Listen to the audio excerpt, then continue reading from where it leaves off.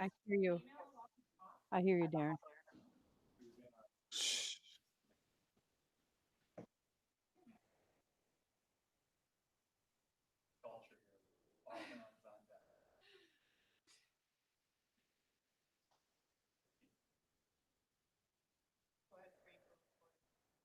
What? I didn't get the okay from Dan.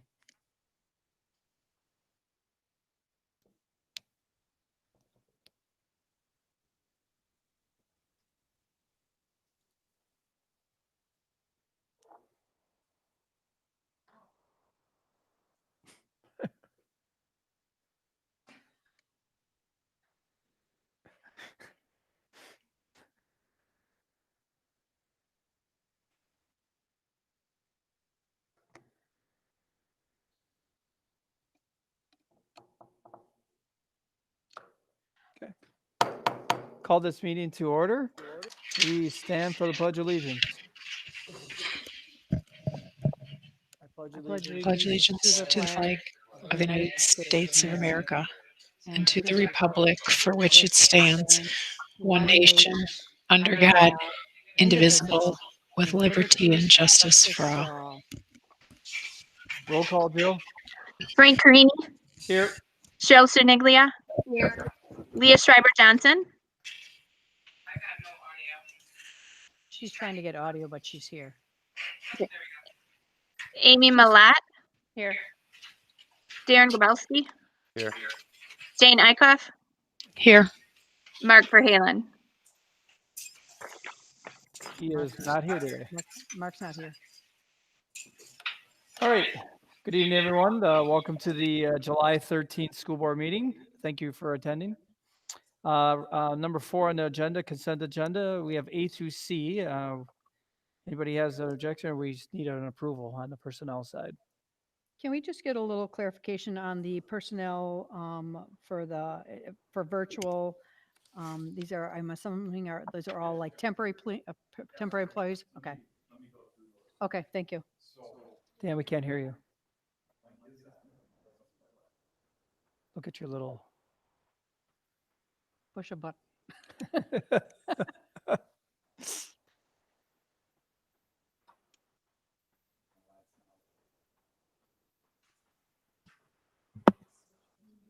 I heard that.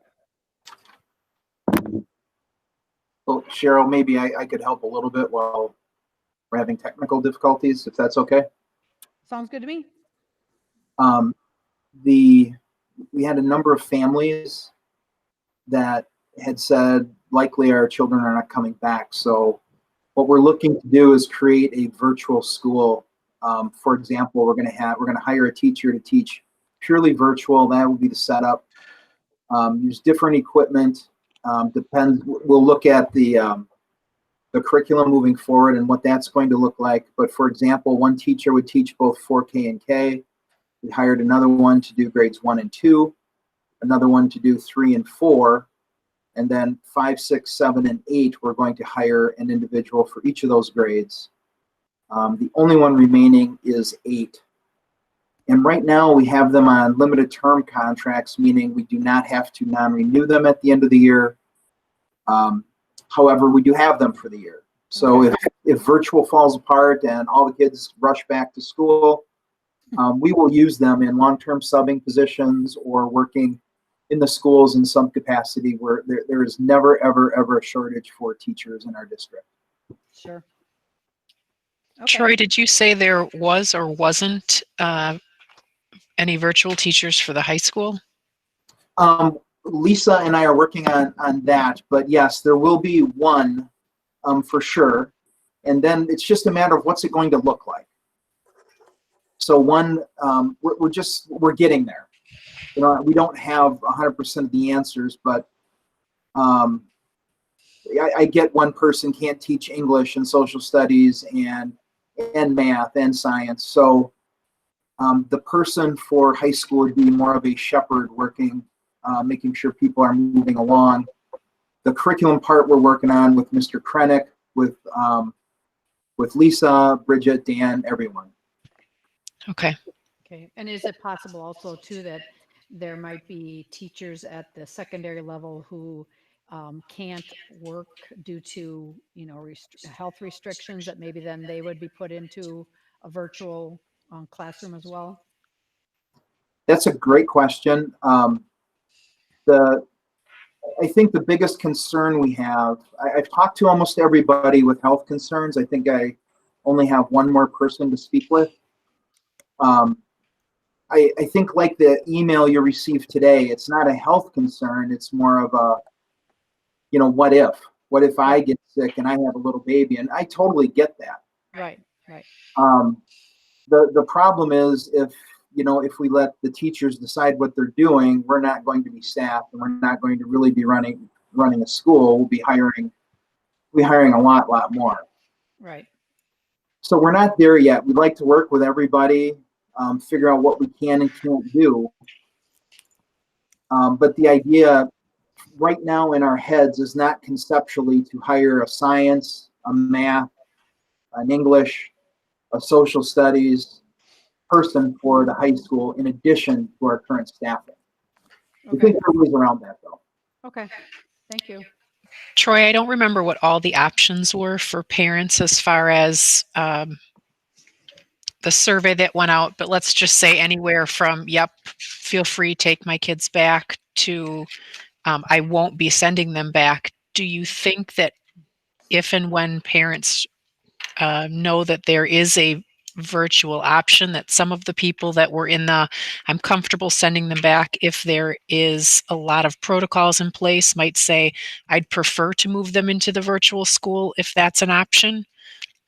Troy, I'm going to jump in. I feel like we're venturing a little far afield from a personnel agenda right now. Like, I feel like these are topics that we have to discuss like down the road.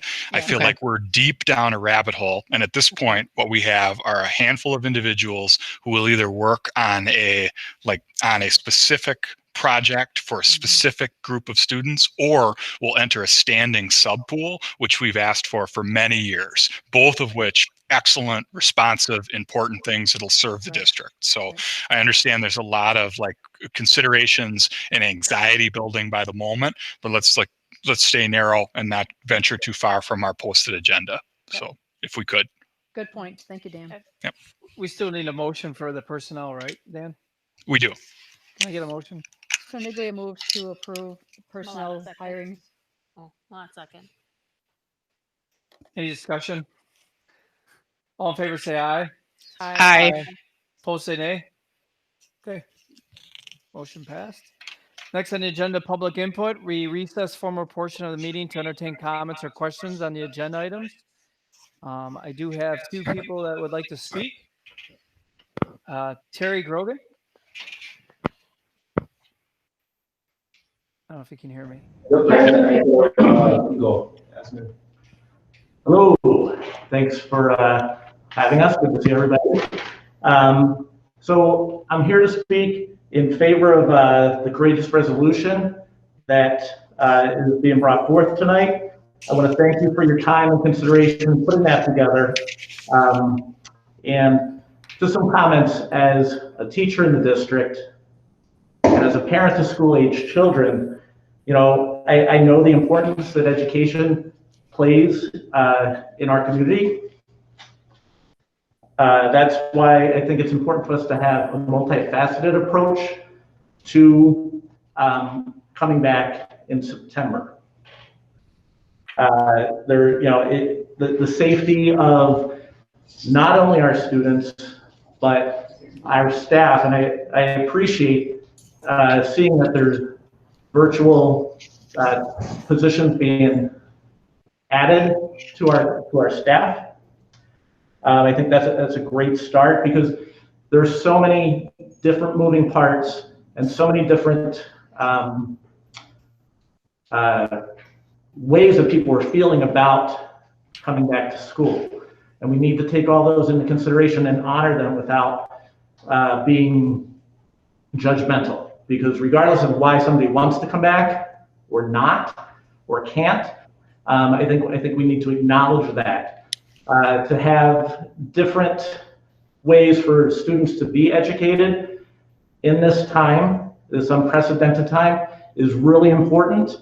I think it's a great step, and to be leaders in that is really important. And so it's one of the things that I really love about our district is that we try to think about those things and we listen to the different voices that people have. We have to make sure that we're listening to the voices of all the stakeholders, that we're taking into consideration the families, the students, the staff, not just the teaching staff, because there's so many different staff that make our schools run efficiently. It's going to take creativity, time, and money, and we don't want to rush through that. So I think this resolution hopefully will speak to the money piece of things, and we'll get some more funding from the federal government. And thank you for your time. Thank you, Terry. Thank you, Terry. Next on the agenda is Dr. Hudson. All right. Can you hear me? Yep. Yes. I'm just going to read off my phone. Dear members of the Board of Education and the Superintendent, I am Dr. Stephen Hudson, and I'm speaking today in my capacity as a new parent of a student at Meadowview, specifically with regards to a mandatory mask policy for the 2021 school year. My wife is a family medicine physician, and I have a PhD in microbiology and molecular genetics.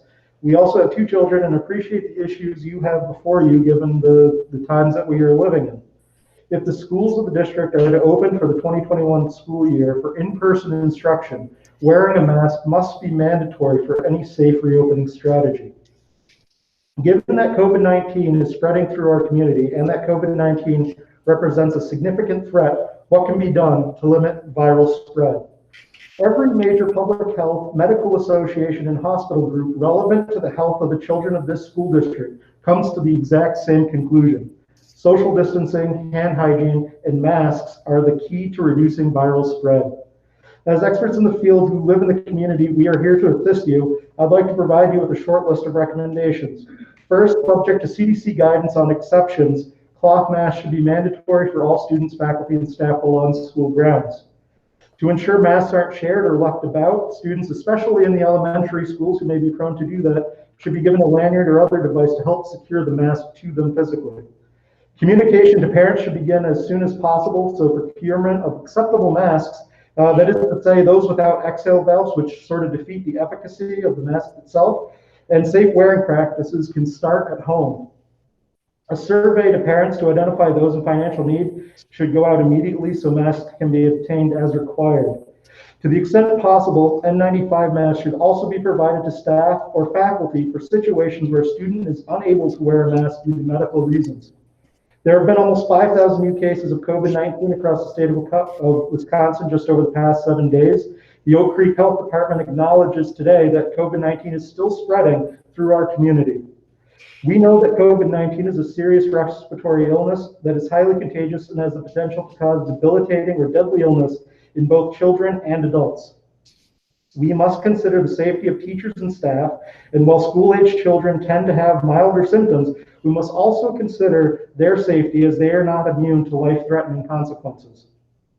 Children do not live in a vacuum and risk spreading a serious illness to younger siblings, parents, and grandparents who may be at greater risk of deadly outcomes. Allowing the disease to spread uncontrollably is clearly unacceptable, and hand washing and distancing within an enclosed space such as a classroom will not be nearly enough. Children's of Wisconsin, and I'll quote, encourages families to follow social distancing guidelines, wash hands regularly, and avoid contact between children and elderly adults, including relatives. Anyone over 2 years of age should wear a mask when they leave their home. Some have asked, how could a cloth mask really stop the spread of a virus? As we speak, breathe, cough, sneeze, sing, etc., small droplets are constantly exiting your mouth and nose. In an infected individual, those droplets will be full of virus particles and will travel some distance before depositing on the floor, someone standing next to you, somebody may breathe them in. But if you're wearing a mask, the vast majority of those large droplets will deposit on the inside of your mask, a kind of protection called source control. This source control can stop COVID-19 and as has been published in peer-reviewed scientific literature. We recognize that no plan is going to eliminate the risk of spreading COVID-19, and we also recognize there are few, if any, practical steps the public school system can do to prevent students and faculty from exposing themselves outside of school grounds.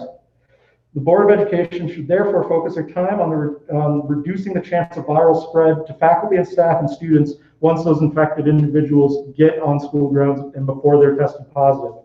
Mandatory masks would be consistent with the best scientific evidence available. Thank you for your time. Thank you. Thank you. Thank you, Dr. Hudson. All right. Anybody else in the room? I don't want to speak, but I have a conversation. We have no one else. Thank you, Chris. Thank you. All right. Reconvene formal portion of the meeting for board discussion or action. Action items, student academic standards, learning requirements. Give me just a second here.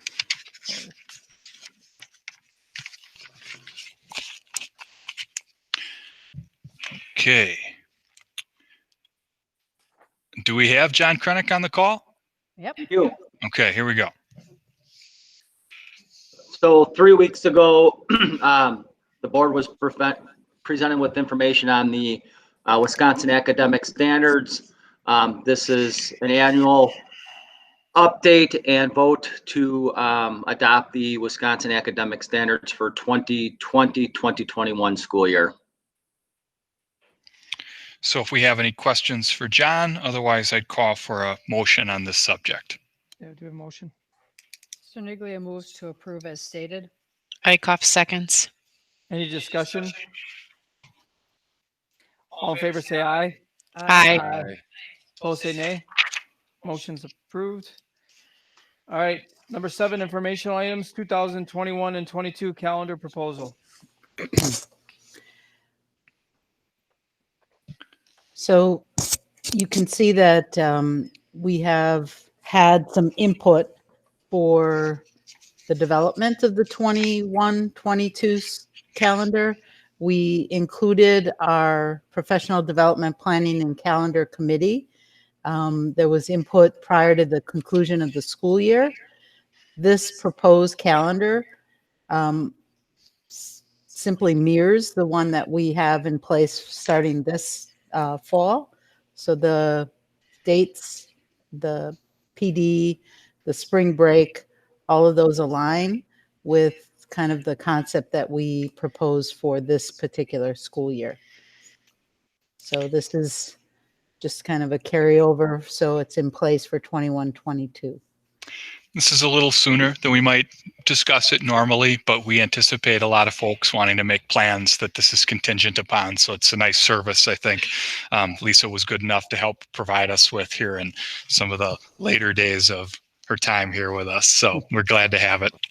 And I just wanted to make a note that on the bottom portion, the August dates are not the same as what the August dates in the calendar. It's my understanding that the ones in the calendar are the correct ones, correct? Yep, and the bottom now reflects the Oh, it correct does date. reflect, okay. Yep. Oh, it does, okay. So we had several stakeholder groups kind of look at this, and as Annalee and I were making changes, we missed making those changes down here. So this is reflective of what's on top. So Okay. thank you for catching that. Sure. And then was there, I know that we had talked at one point about maybe making like a 3-day weekend for like Easter, and I see that that didn't happen this year. So for this calendar, was it something that the committee looked at and felt it wasn't necessary? Or I know it was talked about a long time back. It was. Yep. Right. So Good Friday, the 15th, and Monday, the 18th is Easter. So it's a 4-day. Yeah. Isn't Easter the 4th of April? Can't be. This is 21. Oh, this is 22. Never mind. I looked at the wrong year. Sorry. Never mind. It's all right. Everyone's on the same page. Yeah. Question about the conferences. If we do go virtual, will they have the ability to handle that? This is for the 21-22 school year. Oh yeah, my bad. Sorry. I'm with Cheryl. Sorry. Yep. My fault. All right, any other questions? What day is it today? Yeah. We'll put this guy up on the website, help people make plans for the future, right? This is a more hopeful and Right. agenda item, you know, it's Right. not, it's just a nice thing to have done. So, Right, right, Yeah. Mhm. So this will be brought forward on the 27th for a vote, right. Perfect. I All think. right, next is the middle school science resource update.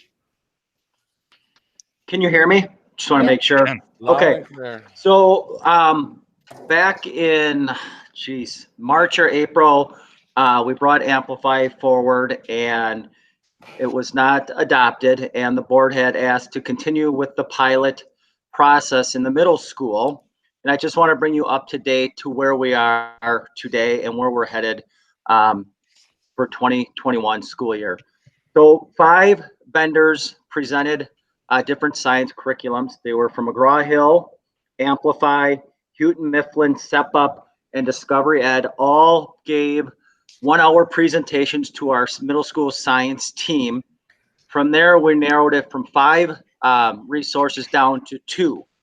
And the team decided they wanted to go with SEPUP and Houghton Mifflin HMH as the 2 resources to pilot. So the next steps, working right now with both consultants to provide professional development for the pilot. So on Monday, July 20th, SEPUP will be doing an overview for implementation of the pilot, how their resource works and so forth. And then later in the school year, HMH will do the same thing. So what's going to happen is we're going to pilot all the teachers are going to pilot units from SEPUP, and then finish with that, and then all teachers will pilot HMH, the Houghton Mifflin resource, and then we'll come to some conclusions. We'll do a plus delta on both resources, what things worked really well, what things can we live with, or what changes do we need to make. And then eventually by January, if things go to plan, January, no later than February, we would like to bring to the board a recommendation for adoption between Houghton Mifflin and SEPUP. So I just wanted to bring the board up to speed from where we last left off back in, I think it was April, May, and where we are now. I think the John, science. I just want to say I appreciate you not losing the thread on this and bringing it back around. It was such a hot topic when we got into it earlier in the year. It's nice to see this in front of us. I'm glad to see personally that there were so many different resources evaluated and that so many people were involved in that process. I know from the board's point of view and from the teachers that had contacted me as well, this is the process they had desired. So I know how much work this was at a very difficult time during the year. So thank you for that. And You're I'd like, welcome. John, refresh my memory. Who was the pilot program we used last year then? Amplify, and Amplify was one of the 5 resources that we reviewed, and the team. I think the elephant in the room was, do we have to go with Amplify? And I said, it's up to you. I said, if you do not want to go with Amplify, you do not have to go with Amplify. It's what do you feel is going to best support students first, and then what resource do you think is going to be best supporting you to implement science? So we remove that barrier, and I think everybody at ease with that decision. And moving forward, I think we're in a really good spot right now.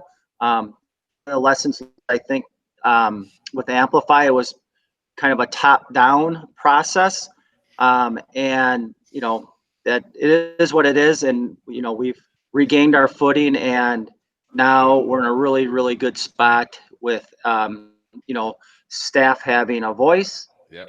In what resource. And I told them from day one, whatever we decide, it will be a team decision.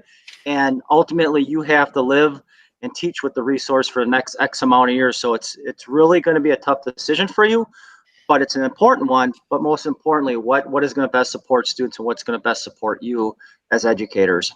Thank you. I'd like to echo what Dan said. John, I know you and your team spent a lot of time last year piloting Amplify, putting presentations together. And so to kind of take a step back and do all this work again and come back to the board so quickly, I can't thank you enough, and I appreciate the work that's being done to do that. I had two questions. Was just wondering, of the 5 that were brought, how were those 5 determined? And out of curiosity, did we ever reach out to like Franklin, Greendale, just to find out what programs they're using? Yes, we did. And it was a spattering of a lot of different resources, and some are in the current process that we're in. I don't have my notes in front of me, Jane, but we probably researched 15 or 16 different middle schools, all the way out as far west as Pewaukee, Kettle Moraine area, Oconomowoc, all the way, south down to Racine and South Milwaukee, Cudahy, and so forth, Greendale, Greenfield. To answer your other question is, how were the 5 selected? Part of it was just doing our research, what other districts were doing. And we just started investigating. Each team member looked and we started reviewing the resources online. We also looked at ed reports, for obvious reasons, to see, how were they rated. And some of them were rated better than others, but, that was only one criteria. We really wanted to hear from the 5 because not only were they most popular, but that's what surrounding districts were using. And we got pretty feedback from most of the districts on what they were using. Having said that, though, I just want to be very careful what I say, because some of the districts are currently going through the same adoption that we're going through. So some of the information that we got was old, but they're still looking like we are. Okay, appreciate it. Thanks, John. Yep. Thanks, John. Hey, thank you, John. Thank you. Thanks You're for welcome. listening. So, Yeah, excellent, exciting. all right, next on the agenda is updates to the employee handbooks for 2021. Okay, special guest Troy Hamblin joining us virtually from the other side of the building tonight. So not a big report this time. Don't undersell yourself, Troy. We're glad you're here with us. So. We have literally no changes except for some updates that are just technical updates. We lost our last workforce excellence meeting where we would have discussed changes being brought forth, but we did not receive. We then asked them to email us any of the changes, and we received none. So the handbook seems to be sitting in a pretty good spot. No real issues came up this year as a result of it.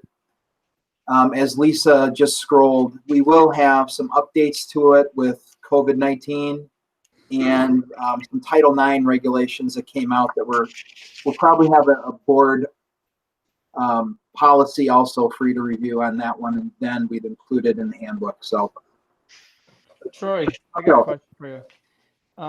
Under the COVID part, if one of our employees gets sick and has COVID, that is part of the FMLA, correct?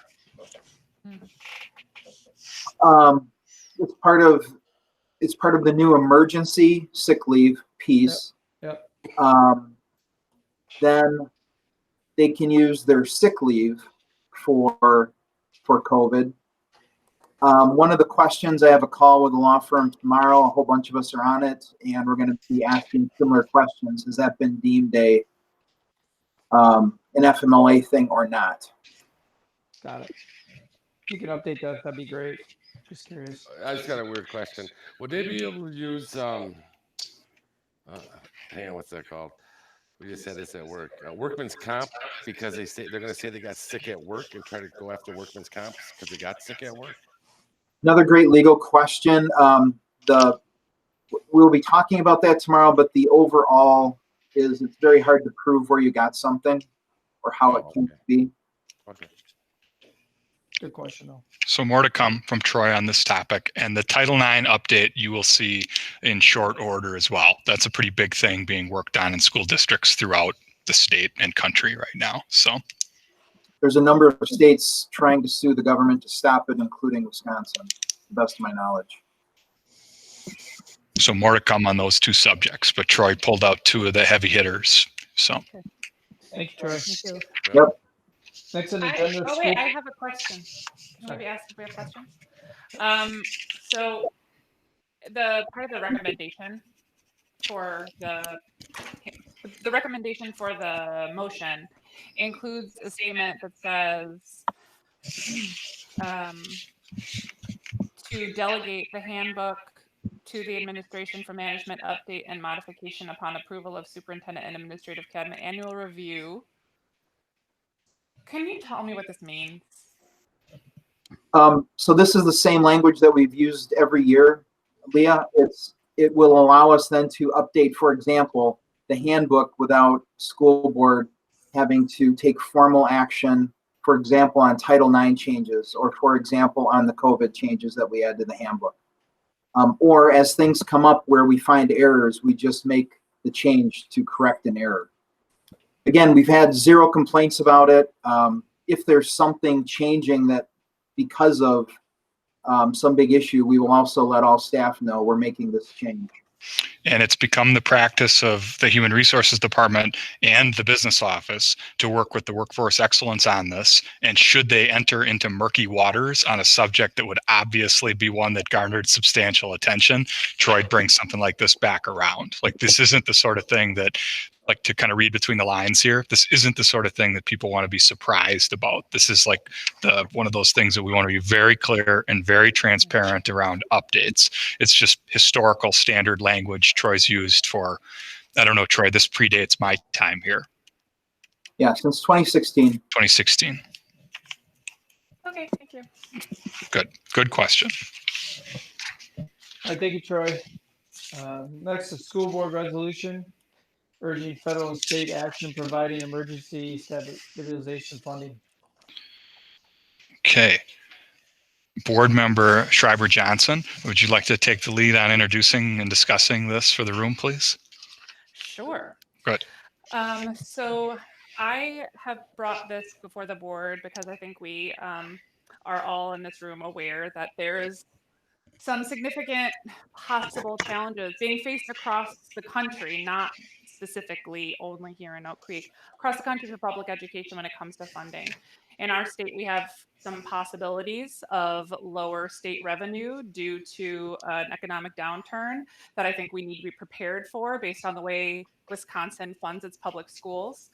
And unfortunately, because of the way public schools are funded, the only way that we are going to achieve any influx of financial support to help us create the best possible learning situation for our students in a safe environment will likely require additional dollars. We have concerns about needing to hire additional staff. We have concerns about needing extra supplies. And I'm sure that there are things I'm not thinking of right now. So I just wanted to take an opportunity as a board to have a unified message to our representatives in the national government to say, we are looking for your support in this very strange and unfortunate time. And there are already steps being taken at the congressional level to discuss providing funding to public schools across the country. And I just wanted to use our body as a way of weighing in on that discussion and to send this resolution to our representatives, Tammy Baldwin and Ron Johnson, and even our state representatives should probably send a copy of this so that they can see that we have taken this action should we choose to do it tonight or in the future. One of the reasons that I brought it today is that the Senate is likely going to talk about school funding between now and our next meeting. And so I wanted to make sure that we got this in front of them in time for them to actually take advantage of our feedback. So I'd like to make a recommendation that we move to adopt this resolution as stated. Malat will second that. Any discussion? All in favor, say aye. Aye. Opposed, say nay. Motion forward. Thank you. Okay, so Thank you. Thanks, you, Leah. the two of you. Thank you for your hard work. Thanks, Dan. So tomorrow I'll facilitate the sending of this to the various parties that Board Member Schreiber Johnson listed a moment ago. Perfect. Thank you. Thank you. Leah. All right. Reviewing upcoming school board meeting attended agendas. Everyone should have a tentative sheet. So on the 20th, we have our work study on fall preview, right? I plan to provide a concise but comprehensive overview of some of the hot topics we've been discussing or that I've highlighted in various Wednesday newsletters or staff communications.